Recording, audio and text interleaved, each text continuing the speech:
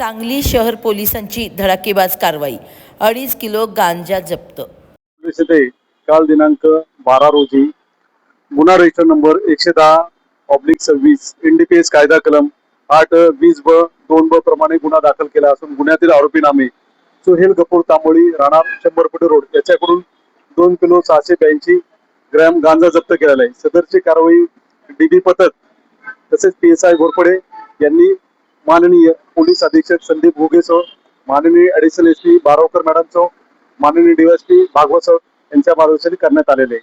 गुन्ह्याचा पुढील तपास PSI खाडे हे करीत आहेत.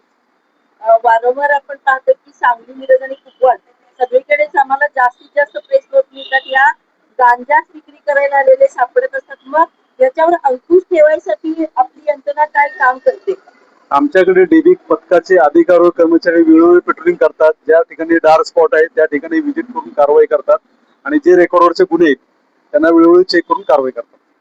स्टेडियम हा जो बाबासाहेब आंबेडकर स्टेडियमचा जो भाग आहे तर तो कदाचित आपल्या अंडर येत असेल सांगली सिटी. या स्टेडियम मध्ये खेळाडूंच्यासाठीची जी खोली आहे तर ती रिकामी पडली आहे, पण त्याच्यामध्ये सगळं त्या गांजाच्या वरचे म्हणजे गांजा ओढायच्या वरच्या त्या सिगरेटच्या पुंगळ्या वगैरे तो एक पेपर हे सगळं जे मिळतंय तर मग तिथं म्हणजे दिवसाढवळ्या तिथं ती मुलं गांजा ओढायची का आपले पोलीस यंत्रणा त्या ठिकाणी नसते का? सदर ठिकाणी स्टेडियमला वेळोवेळी पेट्रोल केलं आहे. सदरचा प्रकार हा पूर्णपणे बंद झालेला आहे. सदर ठिकाणी कोणत्याही वस्तू मिळणार नाही. यापूर्वी त्या ठिकाणी स्वच्छता केलेली आहे व त्या ठिकाणी सिक्युरिटी गार्ड महानगरपालिकेकडून नेमण्यात आलेला आहे.